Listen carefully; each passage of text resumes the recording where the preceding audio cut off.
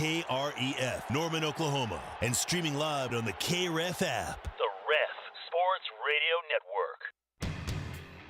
Live from the Buffalo Wild Wings studios, it's time to get locked into the best Sooner recruiting and football news with Parker Thune and Grayson Singleton. You better lock it up. No, you lock it up. You lock it up. Lock it up. Hit the guys up on the Riverwind Casino call-in line at 405-329-9000 or text the show on the Knippelmeyer Chevrolet text line at 405-651-3439. Do it! Just do it! Now, with Locked In, here's Parker Thune and Grayson Singleton. I don't know if I've mentioned this before on these airwaves, but I feel the need to bring it up today. I don't know why it's on my mind necessarily, but I got to get this off my chest. You know what I'm really, really tired of, Grayson? What's that? I am really, really tired of the phenomenon of the hat fake. The what? Like the hat fake. Like hat fishing? No. The hat fake as in kid at his commitment ceremony is cycling through all the hats, faking putting them on before he finally puts the right one on. I find that to be really stupid. I find it to be stupider and stupider as the years go by. Because what's the point? Oh, I got everybody for 2 seconds? The only thing it does, and I've witnessed this on many an occasion, in highly public fashion in some cases. In other cases, it's not as immediately apparent that this is what's going on, but all it does is it reflects poorly on you in the minds of the coaching staffs at the schools that you hat-faked with. You know, for instance, I think the best recent example of this is back in, was it April? Was it May? That four-star 2027 quarterback Trey Taylor committed to Nebraska. And at his ceremony, keep in mind, he's from the state of Illinois when I say this. He pump-faked with an Illinois hat, put the hat all the way on, announced, I'm staying home and going to the University of Illinois. And then he takes the hat off and throws it and said, nope, just kidding, I'm going to Nebraska, puts on the Nebraska hat. He had to issue, and all this was live streamed, so everybody saw it. It wasn't just a couple hundred people in a high school gym saw it. The entire country saw it. And within hours, to his credit, he went on Twitter and issued a public apology to the Illinois staff because he was getting hammered, absolutely crucified on social media by Illinois fans and college football fans from other fan bases, and even some Nebraska fans who were just like, man, you don't do that. Especially not with your hometown program. Yeah, that's a bit much. That I will agree with you is a bit much. Here's my whole take on the hat fake thing. I think that's a way to include their friends and teammates. That's my guess because most of the time you're looking at your teammates, you're looking at your homies when you're doing it. So that's my guess of what it originally was. But if you're putting the hat all the way on and then chucking it somewhere, yeah, that's a bit obnoxious. Glenn from Nashville says, agreed. If you're going to do the hat fake, do the Peyton Bowen 24-hour hat fake. Go big or go home. You want to give Parker another heart attack, do that. Oh, brother, but like you forget. You joke about the 24-hour hat fake, and that's basically what it was with Peyton Bowen in Oregon. But he hat faked Notre Dame in committing to Oregon. Initially, he put the Notre Dame hat on and said, I'm sticking with the Irish. And then he threw the hat, which, again, he had to apologize for after the fact on social media. But he threw the Notre Dame hat and said, nope, I'm going to Oregon. Sko Ducks.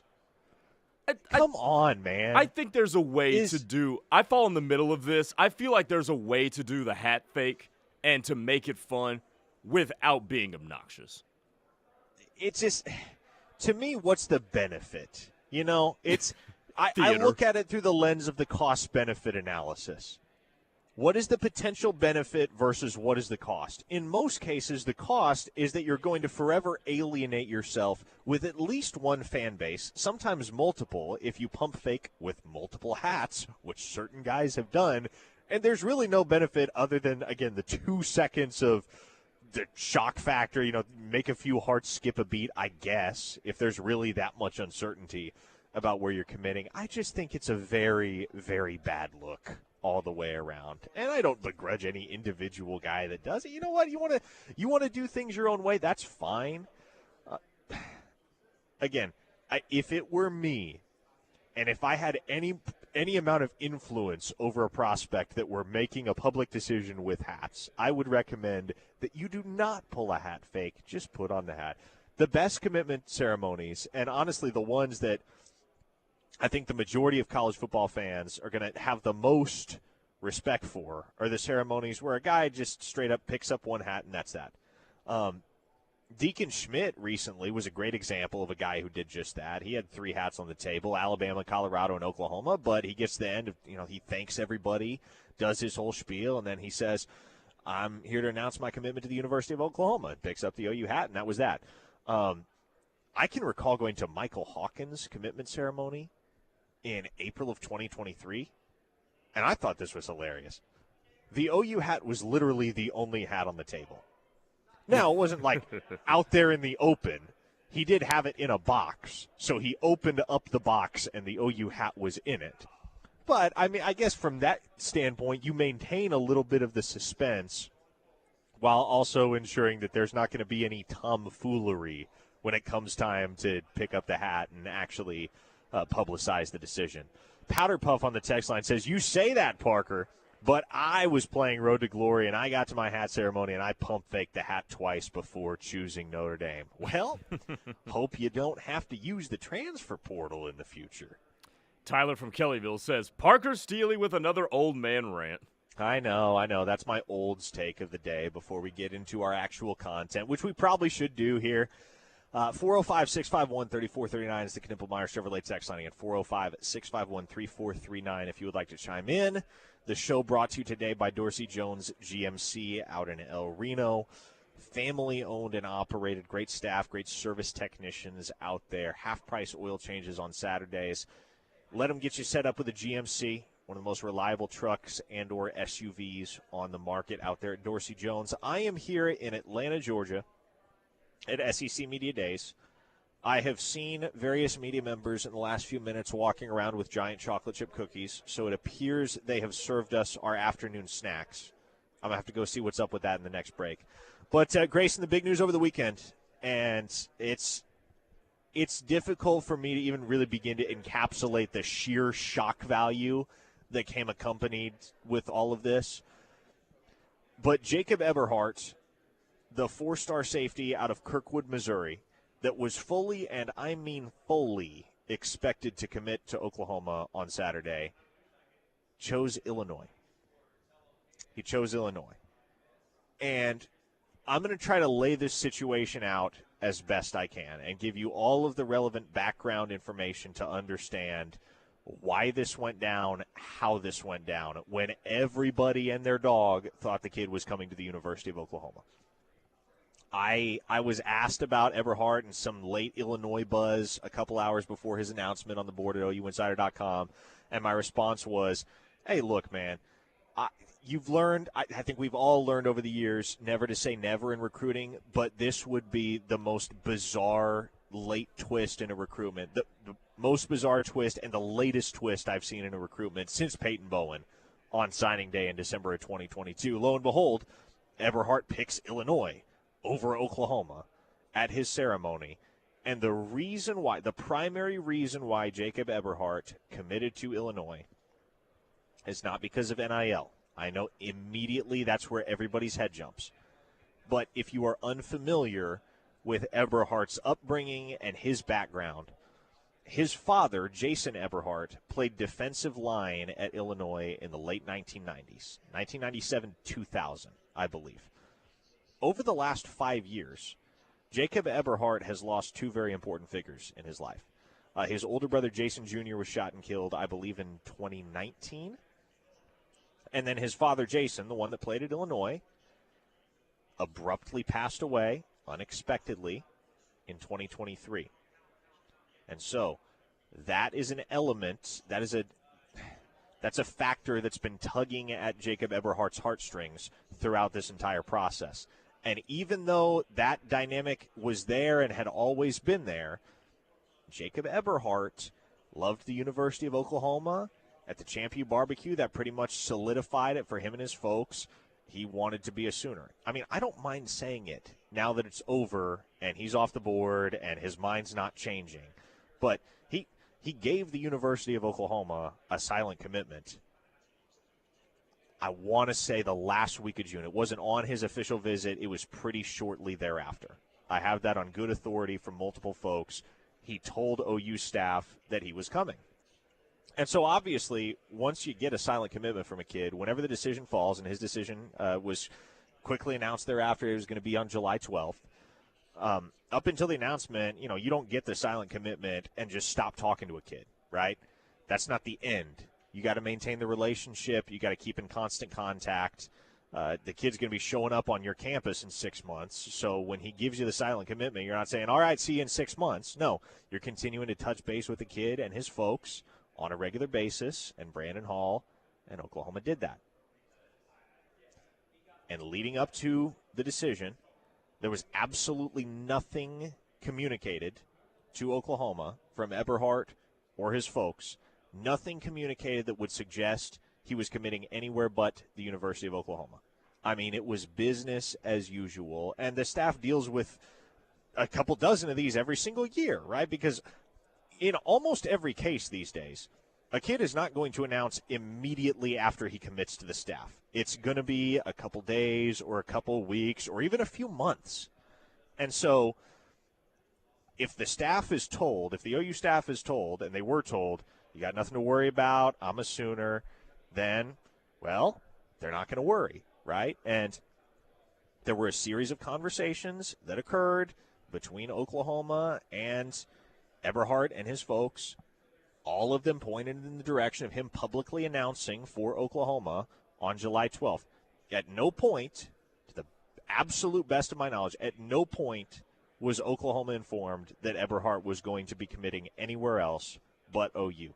And that, I don't know that I can recall offhand the last time that was the case in a recruitment, because even DJ Hicks called the Oklahoma staff like 10 or 15 minutes before he committed to Texas A&M and let them know that he was about to commit to Texas A&M. So for a kid to commit somewhere else with absolutely no heads up is not completely without precedent, but you get the picture. It doesn't happen all that often.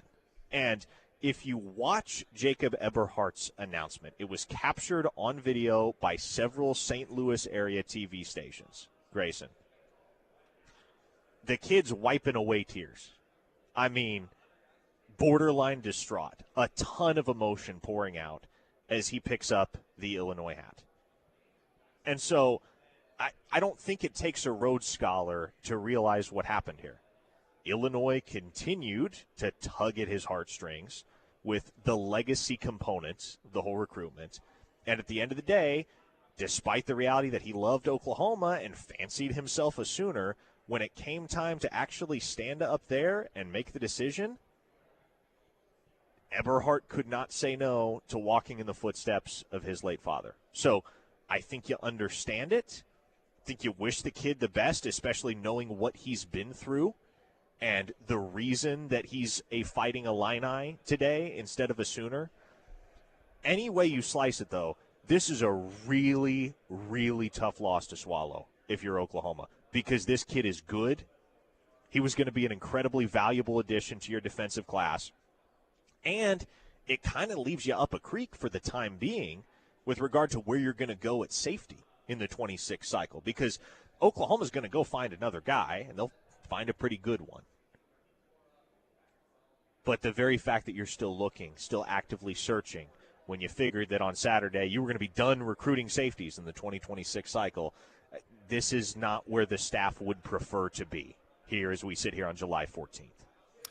And the fact that it's July 14th illustrates that point, because, I mean, now you've got, 5 months left pretty much in the cycle. We're 5 months away from signing day. So you are in a tough situation, but what you laid out in the 12 o'clock hour about Brandon Hall still being able to get back to the drawing board and go find dudes should be of some encouragement to Sooner fans. That's how Reggie Powers ended up a Sooner. So, I mean, there is a way out of this. Don't get me wrong. But on the Jacob Eberhart thing, I mean, in terms of the whole story and whatnot, there's nothing more to add there. Far be it from any of us, and this hasn't happened on the text line, so I'm going to make sure I'm representing well here. I mean, far be it from us to begrudge a kid who wants to go play for the school that his late father played for. No doubt. Like, I mean, and you talk about how it was captured on local news there, and you can really determine what influenced this. Look, man, you go rep your family. You're not going to hear nothing. You shouldn't hear anything in a negative from anybody because we can understand. So, I mean, on the football field, though, Eberhart and Nico Jandro would have been a hell of a safety tandem as part of the 2026 class. It's not going to happen. You know, you backed off Braden Presley. Okay, so now that's your first 3 or 4 that are either committed in Jandro's case or 2 that you haven't gotten. So there is more work to be done. This is when a guy like Jim Nagy can really start to show his value here because it's an extra set of eyes and more eyes with Jim Nagy's whole entire team that can be on this because now you're having to pivot on such short notice. So this is where the expanded front office can really come into play here. Brandon Hall's going to do his thing as it pertains to this, the recruiter that he is. But right now, your succession plan at that safety spot from Robert Spears-Jennings to Michael Boganowski and what was presumed to be to Jacob Eberhart is now on hold. Yeah. Well, and I'll tell you, after the fact, when Jacob Eberhart did the post-commitment interview with my colleague Kenny Van Doren, who does a great job covering the University of Missouri up there in the state, he said, man, I hope it's no burnt bridges at OU. Still a ton of love for the staff and everybody there. Really hard decision. I just feel like it was the right one. I know the comment about no burnt bridges rubs some folks the wrong way on social media, and I'll say this: like folks on the OU end, yeah, they're bummed out, and I'd be lying if I said they weren't a little bit angry with how it all unfolded, because I think from their perspective, at the very least, you know, if Illinois is really weighing on your heart at the very end of the process, the least you can do is say, hey, I can't make you any promises when I go up there to the podium to make this announcement. There's a certain part of me that is pulling me to Illinois right now. And as long as you give that disclosure up front, I don't think anybody's going to fault or begrudge Eberhart. And I would hope that's not the case anyway right now. As far as the whole communication aspect of things, there are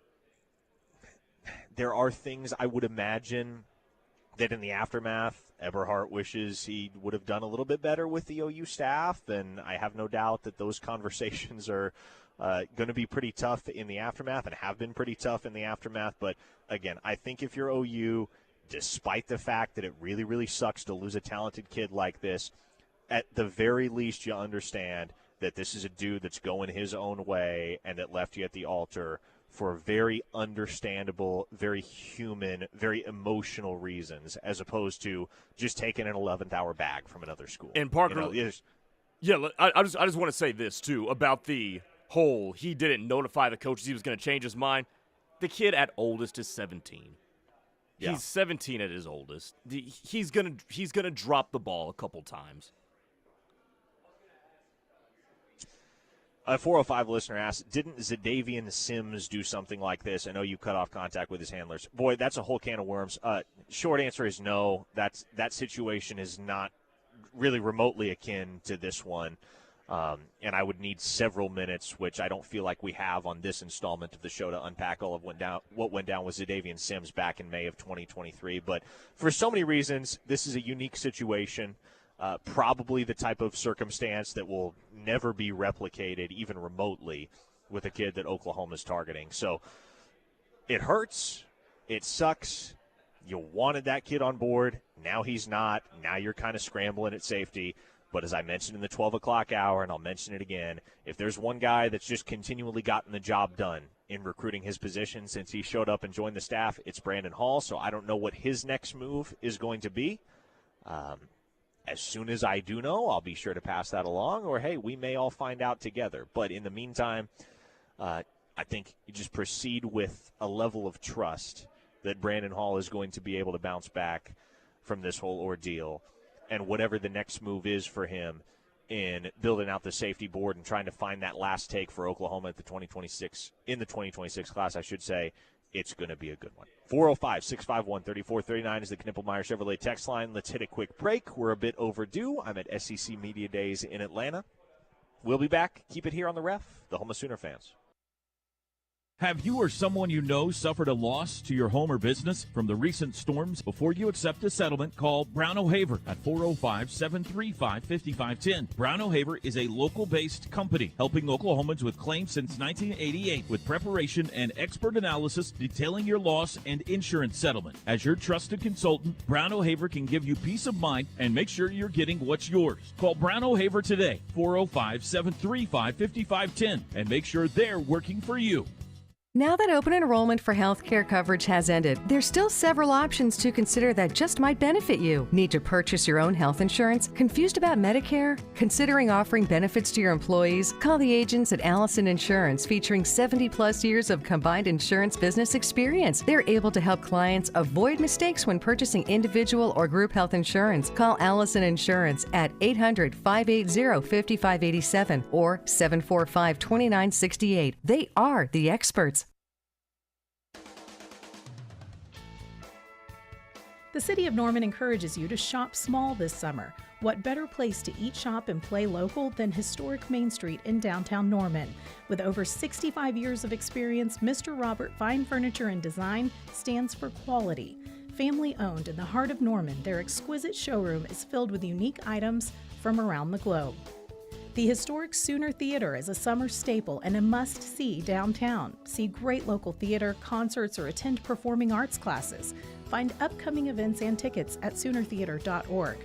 Visit Oklahoma's premier art gallery specializing in Native American, Oklahoman, and Western art. Find original art, pottery, jewelry, made in Oklahoma products, and so much more at Tribes Gallery on Main Street in the heart of Norman. Join the City of Norman and keep it local this summer when you eat, shop, and play in downtown Norman.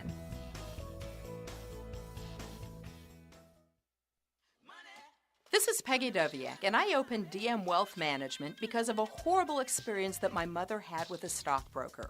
I wanted to give people an alternative, a place they could go to understand their money, to know why investment decisions were made the way they were, and to create a financial plan that would help them meet their goals. Most of all, I wanted to help them plan their prosperity. Call me at 405-329-8884 or dmwealth.com. Feeling stuck in your current home? Now is the best time to make a move. Home Creations is making home ownership more affordable with low interest rate opportunities and special financing. Don't wait. Live like a champion today. Call Holly at 405-364-9999 to find your dream home. 364-9999 means Home Creations. Hey Sooner fans, it's almost football season, and there's no better time to gear up than right now at Balfour of Norman, your locally owned headquarters for all things Sooner. Whether you're searching for your new lucky game day polo, tee, or hat, we've got you covered from top brands like Nike, Jordan, and Tommy Bahama. Looking to take your tailgate or watch party up a notch? Check out our great selection of OU glassware, flags, and serving pieces. Come support local, stock up on Sooner style, and get ready to yell Boomer Sooner, only at Balfour of Norman, where Sooner spirit lives year-round. Did the recent storms damage your home and roof? Call All-American Roofing today. All-American Roofing has been repairing and replacing roofs for over 40 years and is a second-generation locally owned roofing company. They are also a Google guaranteed contractor and offer free inspections. Our roofers are GAF Master Elite contractors with a BBB A+ rating. Call All-American Roofing today at 405-787-0400. All-American Roofing, the best roofing company in Oklahoma. 405-787-0400.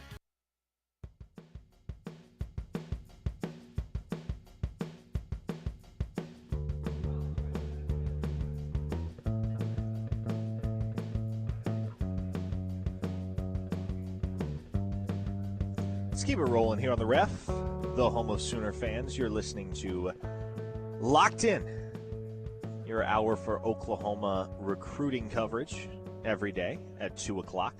Parker Thune alongside Grayson Singleton. And all of you on the Knippelmeyer Chevrolet text line, 405-651-3439.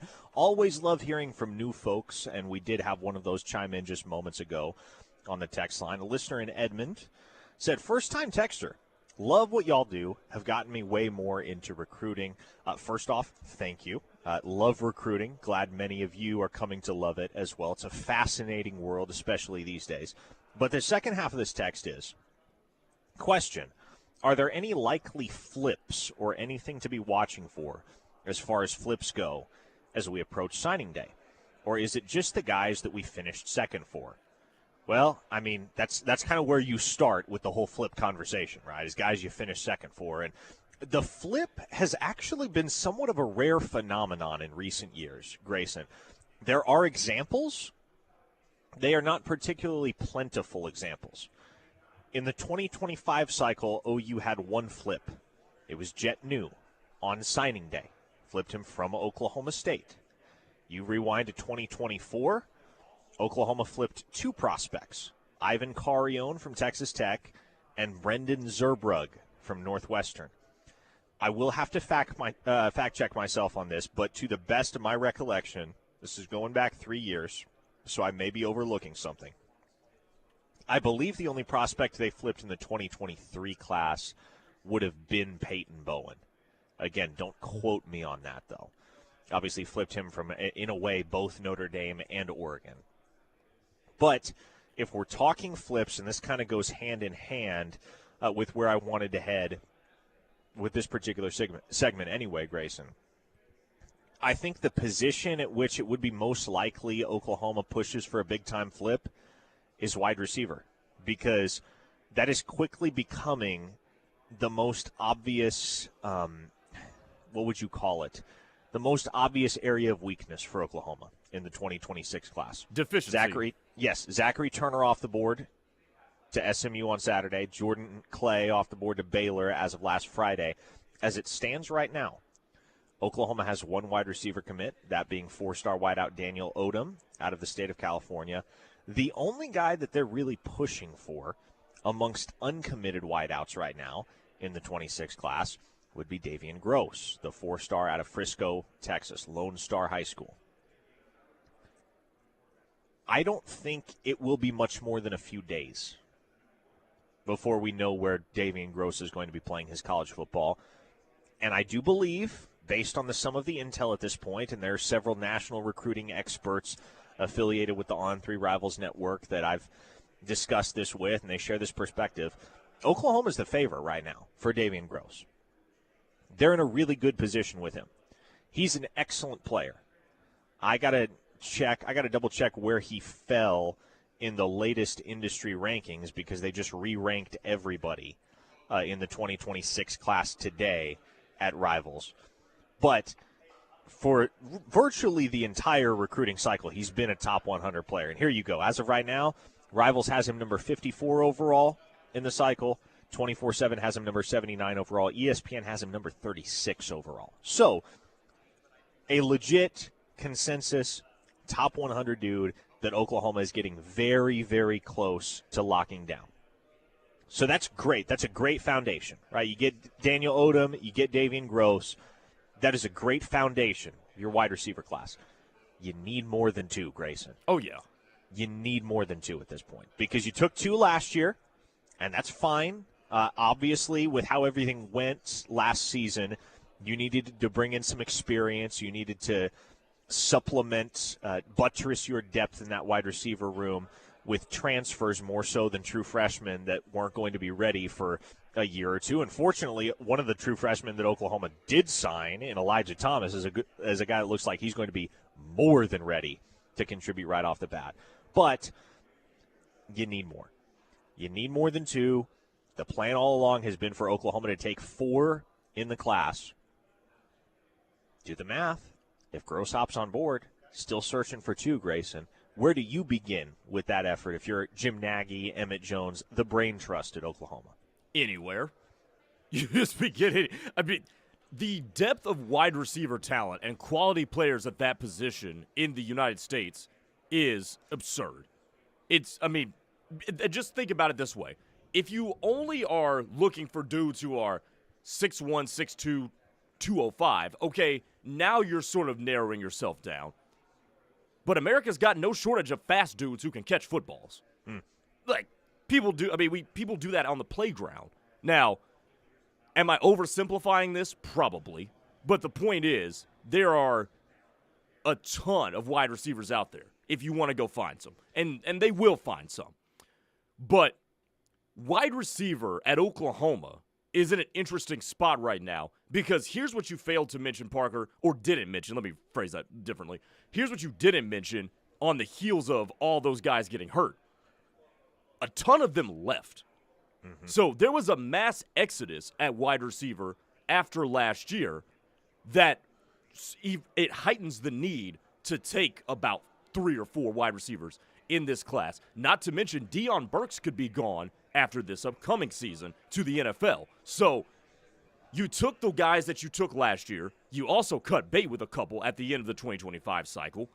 So going into July and August with only 2 wide receivers committed, if that's indeed what Damen Gross does, which we expect him to do, you're kind of behind the 8 ball numbers-wise as it relates to your roster and what could be outbound after this year and what was outbound after last year. So there's no shortage of wide receiver talent. They'll go find some, but it is imperative that you, at minimum, double what you have right now if indeed Gross comes on board. Now let me roll the last 2 talking points into one.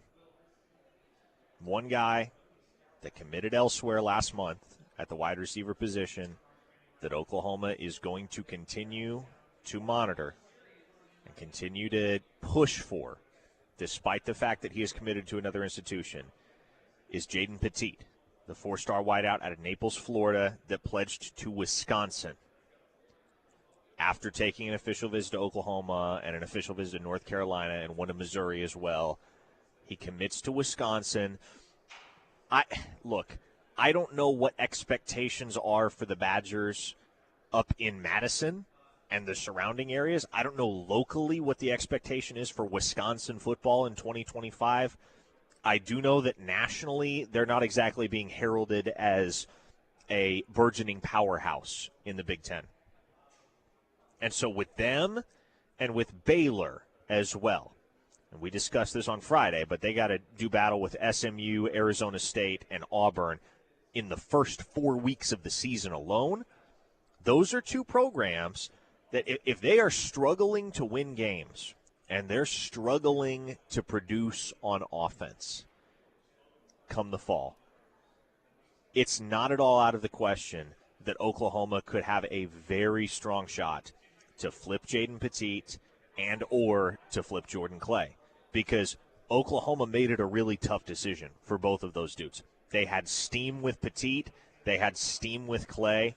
There was a time many thought they led for Petit. I don't know if they ever led with Clay, but they really, really made Baylor sweat down the stretch. And so if you're looking for guys to flip, if you're looking at guys that if you're looking at guys that would flip, realistically, not only that you'd want to flip, but that you could see a world in which they're backing off their current commitment, I think you start with Petit and Clay, and that's just in the realm of familiar names. I know there are a few others, and I don't want to toss names out just yet because I don't know how serious the pursuit is going to be on OU's end. I know there are a few others across the country that Oklahoma has begun to monitor at wide receiver. So, again, the plan is to take 4. I think OU could get away with taking 3. Either way, beyond Damen Gross, you're still looking at the wide receiver position. On the Knippelmeyer Chevrolet text line, Slim Brady would like to know, did Gross and Michael Hawkins play together? No, they did not. Hawkins went to, first he went to Allen, and then he graduated from McKinney. Or not McKinney. Why did I say McKinney? Emerson High School in Frisco. So he went to Emerson. Gross has been at Lone Star throughout his high school career. So, no, they never did play together. Gross does play, and I believe and would assume many either know or realize this. Gross is a high school teammate of current Oklahoma tight end commit Ryder Mix. So there you go. There's an OU connection. Moreover, his head coach at Lone Star High, Jeff Rayburn, is an OU alum. So A lot of OU connections there for Damen Gross. He's got family in, I believe, the Guthrie area, if I'm not mistaken, as well. So, Mongo says, there's a wide receiver in our own backyard that I would still take. I hope Nagy observes his senior season. Look, Your favorite topic. I'm not going to beat a dead horse. I've beat that horse enough over the last few months. If it happens, great. If not, I will let Mason James's college career play out, and I will give Jim Nagy the opportunity to prove me wrong with that eval. But I really like Mason James, and I think he should be in Oklahoma's class for many reasons right now. But he is not. That is not the direction OU chose to go. More power to him. Jim Nagy's a smarter man and a far more credentialed man than I am. Recruiting Boomer says, Gross isn't going to screw us, right? Well, one thing I can tell you with absolute certainty, talking to sources close to that recruitment, is that, for one, Gross is leaning towards committing to Oklahoma right now. If he commits today or any time in the near future, it is overwhelmingly likely to be Oklahoma.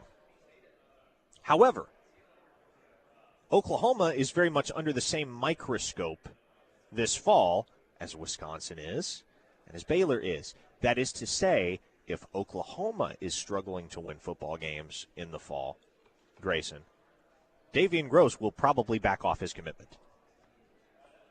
And he will probably reevaluate, and that will more than likely start with Baylor and Florida. So even if you get the kid committed here within the next couple weeks or couple months, whatever it is, and to be clear, it could be very, very soon. There were some behind the scenes that expected Gross to come off the board to Oklahoma this past weekend. Obviously, that didn't happen. But even if you get the kid committed, then you got to hold him. And the only way you hold on to a kid like that, that's, again, regarded across the recruiting industry as a consensus top 100 player, the only way to hold on to him is by winning football games. So you better take care of business on the actual gridiron. This may be something you answer in a future show, maybe in a future segment or whatever. Are there any commitments that you think would outlast a coaching change here at Oklahoma? Let's just say the Sooners go. Let's say the Sooners go 7-5 in the regular season, and people in the administration deem that that's not good enough, and you make a coaching change. In that event, do you think that there are some of these commitments, and which ones that would still stick with the Sooners? Which ones? I don't know, because it's very much a case-by-case basis type of deal. But, for instance, you can look back at what happened when Lincoln Riley left Oklahoma as a great example of just the varying perspectives and feelings that dudes can have when they go through something like that as a recruit, as an individual, when they have to deal with a coaching change. In some cases, those guys were 2 weeks away from signing. And all of a sudden, the coach that had recruited them or the assistant that had recruited them, or both in certain cases, no longer in the picture. And so there are certain guys who love the institution, love the brand, love the fan base, love the logo enough that they're going to honor their current commitments. There are some guys that are just committed for the coaches, and that's fine. Right? Like, everybody chooses their own school for their own reasons. But there are some kids that are just committed for the coaches, and as soon as the coaches are gone, they're gone. Malachi Nelson was a phenomenal example of this. Rayleek Brown, remember when he was committed to Oklahoma? He's another great example. Makai Lemon, Demetrius Hunter, Bill Beaton both stuck around, so Demetrius Hunter departed the class for other reasons. But who else did they lose down the stretch? Derek Moore, there's another one. Gabriel Brownlow-Dindy, 5-star defensive tackle that was committed to Oklahoma at that point. Flipped to Texas A&M because OU didn't retain Calvin Thibodeau. So you had all of these guys depart the class, back off their pledge to Oklahoma, but then you had others that were 10 toes down for the program. Jake Taylor was one of those guys that wasted absolutely no time getting on social media and in quite explicit terms expressing that I am not freaking going anywhere. I am an Oklahoma Sooner. Then you had other guys that let the process play out and didn't decommit, but said, hey, look, I'm going to take a step back. I'm going to see how everything lands with the new coaches. I'm going to let them re-recruit me, in a sense. I'm going to let them solidify or re-solidify all of my feelings about the institution Robert Spears Jennings was a guy that took a second official visit to Oklahoma. Again, never decommitted. Him and Jaden Rowe, I do believe, two guys that never decommitted, but they were thoughtful and intentional about the whole process. Caden Helms, I remember talking to Caden Helms the day that Lincoln Riley left. He was a wreck, man. That blindsided him, sideswiped him, as it did for pretty much everybody, but it was a legitimate question whether he was going to honor his commitment to Oklahoma. If Joe John Finley hadn't been retained amidst the staff transition, I think he probably wouldn't have wound up at Oklahoma. But Finley was retained, and he did. So everybody's going to approach it differently. I won't claim to know which of the guys that are currently in OU's class would stick with their commitments with a coaching change versus which ones would automatically be out. I think there are probably the majority of those guys fall somewhere in between where they're like, I'm not going to make any rash decisions until I know for a fact how things stack up with the next coaching staff. So hopefully that answers the question, and I just got really long-winded, and we're due for a timeout here. So let's go ahead and take one. When we come back, one final segment of Locked In here on The Ref. The home of Sooner fans. I'm out here in Atlanta at SEC Media Days. Keep it right here. We'll be back. Hey, this is Michael Vasucci. You listen to The Ref, the home of Sooner fans. At Armstrong Bank, your business isn't just business to us. It's personal. Our bankers are invested in your success, and we're ready to build a relationship that lasts. You deserve a strong financial partner by your side. Together, we can help make your business even stronger with products and services designed for your convenience. To learn more, visit a location near you or visit armstrong.bank. Armstrong Bank. Strength runs in our family. Member FDIC.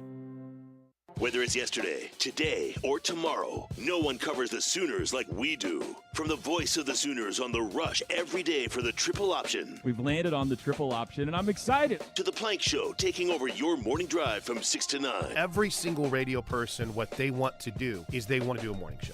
And the addition of Darinoka from 9 to noon. The importance of sports in the SEC, and it's no different at OU. It's a special place to be, man. The Ref Sports Radio Network.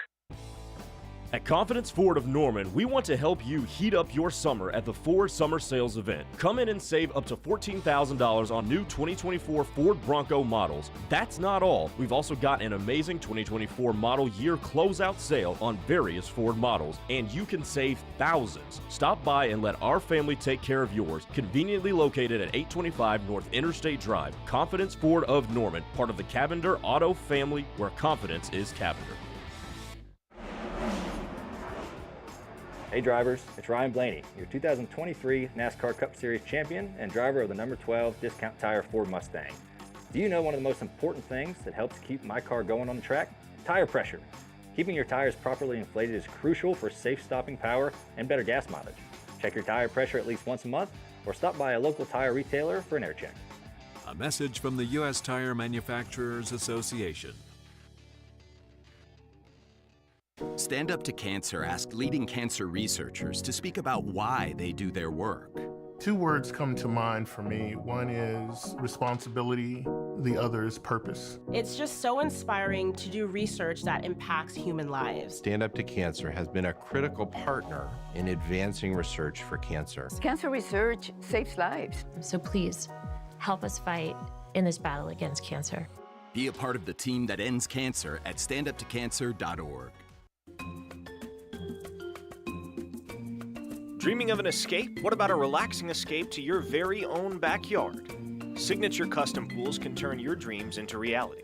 Signature Custom Pools creates distinctive designs to fit your perfect getaway. Call Signature Custom Pools for your free design consultation at 405-898-9098 or visit them online at signaturecustompools.com and turn your backyard into your dream escape. Hey Max, you look sharp in that purple tie. Ready to harness the world as a guide dog? You bet, Daisy. And your purple service dog vest really pops against your shiny fur. First day on the job for both of us. We've got this, right? You bet. Dogs Inc. trained us well. Ready to make a difference for our humans? Born ready. Discover how extraordinary guide and service dogs change lives at no cost to the recipients. Visit dogsinc.org. Meet Janiking, the unrivaled team of cleaning champions. We're here to elevate your business to sparkling perfection. From Oklahoma Memorial Stadium to businesses nationwide, Janiking delivers spotless environments. Proud partner of OU football and OU athletics. As we cheer on the Sooners, Janiking brings the same dedication to every cleaning task. For commercial cleaning services beyond compare, visit Janiking.com today. That's JANIKING.com. Janiking, the king of clean. And go Sooners!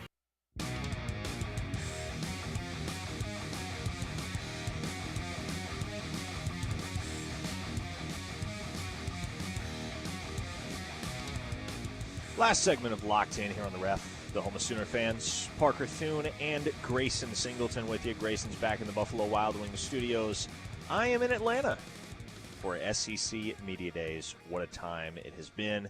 And boy, the text line is coming up with some deep cuts because I referenced the, I don't even know what you want to call it. I don't know what Steely calls it. I know what Steely calls Lincoln Riley. I don't know what he calls Lincoln Riley's departure. But obviously, Riley's departure shook the very foundation of really the entire Oklahoma fan base and the Oklahoma athletics universe in November of 2021. And in the aftermath, there were a bunch of guys that were committed to OU in both the 2022 and 2023 classes that honored their commitments, stood by them, and there were many others that decommitted. Luke Hasz was one that, frankly, I forgot about because his pledge to OU was very, very brief. How long was he committed to OU? It wasn't more than a few months. But, of course, what wound up happening with Luke Hasz, the outstanding tight end from Bixby, was he turned around, he committed to Arkansas, got on the field as a true freshman there, played really well, suffered a season-ending injury in 2024, and either the first or the second game of the season. It was early, but that cost him what was, in all likelihood, going to be a breakout year. And excited to see what he does for Ole Miss in 2025 after transferring there this past offseason. But, yeah, he's a guy that, man, especially when you look at the tight end position and just how unpredictable, how uncertain that entire picture has been the last couple of years, Luke Hasz is a guy you wish for selfish reasons would have stuck around at Oklahoma, but that was not to be. Wound up at Arkansas. Now he's at Ole Miss. Gentry Williams. A few folks asking on the text line about Gentry Williams. If you'll recall, Gentry Williams waited quite a while to commit to Oklahoma in the first place. And in fact, there was a time, pre-Lincoln Riley, mind you, where Gentry Williams was perhaps even leaning towards, heavily considering, perhaps even leaning towards, committing to USC. At the time, the head coach was Clay Helton. I mean, the program was in disarray. Everybody knew Clay Helton was getting fired. Everybody knew there was going to be a changing of the guard. Of course, none of us could have known at that point that it was going to be Lincoln Riley that was going to be next up at USC. But really, over the final 4 or 5 months of Gentry Williams' recruitment, it was a battle between OU and USC. And he wound up committing to Oklahoma, but not until October, if memory serves me correctly. October of 2021. Riley leaves 6 weeks later, maybe. And Gentry, again, I'm digging back in the mental archives, but I think he was another guy that took a second official visit. Never decommitted, never really had any concrete intentions of going elsewhere, but did want to see how things would shake out with the new staff before he made any decisions about his future, and he ultimately decided that it would be best for him to stick it out and be a Sooner and put on for the home state. Kobe McKenzie flipped to Texas. That was kind of hilarious. I shouldn't say he flipped to Texas. He decommitted, very quickly turned around, committed to Texas, flipped from Texas to Oklahoma within 8-9 days, not more than a week and a half. That was maybe the most bizarre recruitment down the stretch in the entire 2022 cycle, and that came from a guy that had been pledged to Oklahoma for almost 2 years previously. So that recruitment wasn't even really all that crazy till it was. Elsewhere on the Knippelmeyer Chevrolet text line, Slim Brady says, one guy I really wish we could have gotten that was committed is DeAndre Moore. Yeah, of course, DeAndre Moore. That would have been good. He wound up at Texas and has played a major role in that offense for Steve Sarkisian and company over the last couple of years. DeAndre Moore was, for quite a while, committed to the University of Oklahoma. Did he commit to USC after that? I genuinely can't remember. I don't know if he committed to USC or just came very, very close to committing to USC, but ultimately he winds up at Texas. And he's been a very key cog in the offensive picture there for Sark over the last couple of seasons. So that worked out for the Longhorns. It's understandable to wish that he was still around in an Oklahoma uniform and had wound up signing with the program. But as I recall, Oklahoma, they weren't all that sad to see DeAndre Moore decommit. And I think... Really? Yeah. And I mean, DeAndre Moore was one of those guys in high school, too, and I remember this very distinctly.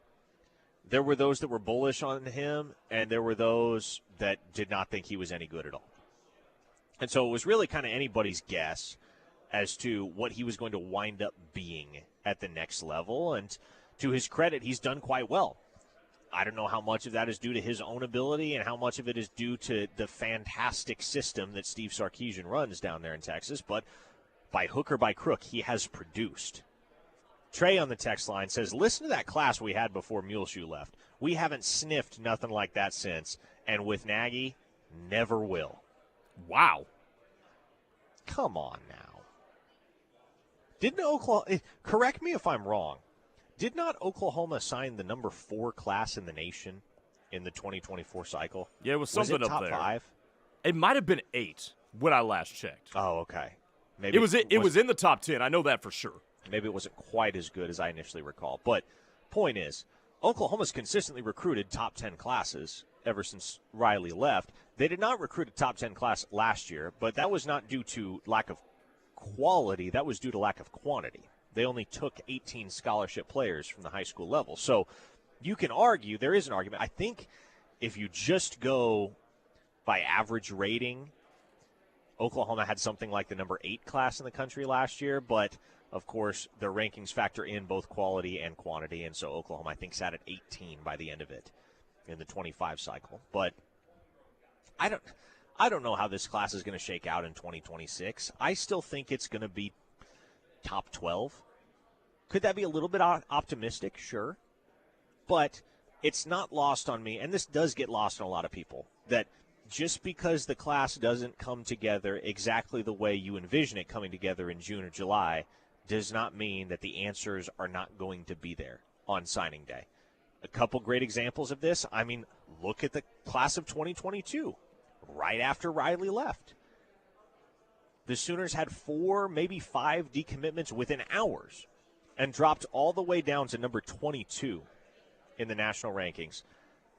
Add our Mason Thomas, add Grayson Halton, get Kobe McKenzie back in the fold. The additions that the Oklahoma staff was able to make down the stretch helped the Sooners rise all the way back up into the top 10 by signing day in February. They signed the number 9 class in the nation in 2022.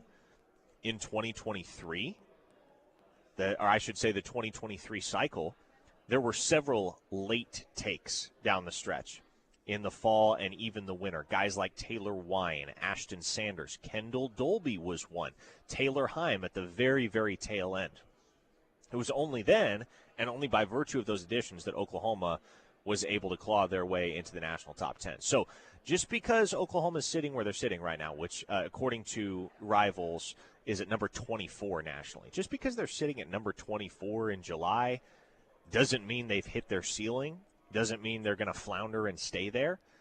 What happens on the field, and I cannot say this enough, what happens on the field this fall is going to go a long way towards dictating so many things. How long Brent Venables is around, Ben Arbuckle's approval rating, the legacy of John Mateer, etc. But also it's going to go a long way towards dictating how effectively Oklahoma is able to recruit in the 2026 cycle. Make no mistake, if the Sooners get out there in the fall and win 9 or 10 games, they will flip dudes. They will flip at least 2 or 3 blue-chip players in all likelihood. And in the meantime, they're not done making big-time additions. We'll see what happens with a guy like Damen Gross. We'll see what happens with a guy like T. Ron Richardson, who we haven't talked about him a ton lately, but that's another guy that looks as if he's leaning to Oklahoma. Don't get the sense anything is imminent there, don't get the sense that process is close to wrapping up, but that does seem to be another guy that's leaning towards OU. So I know many folks are impatient. I am not one of those folks. People on the text line are accusing me of making excuses. I don't think I'm making excuses. I'm willing to take the patient approach. That's my full intent. Some people don't want to be patient. That's fine. I'm not under the impression that this class is going to fall apart or be objectively underwhelming on signing day. But that's going to bring us to the conclusion of another fine installment of Locked In here on a Monday. For Grayson Singleton, I am Parker Thune. We'll be out here in Atlanta for SEC Media Days for the next 3 days. So looking forward to tapping back in with y'all tomorrow from out here in the Peach States. Teddy Lehman and Tyler McComas, who is sitting directly to my left, they will take over next. The Rush is on the way. This is The Ref, the Home of Sooner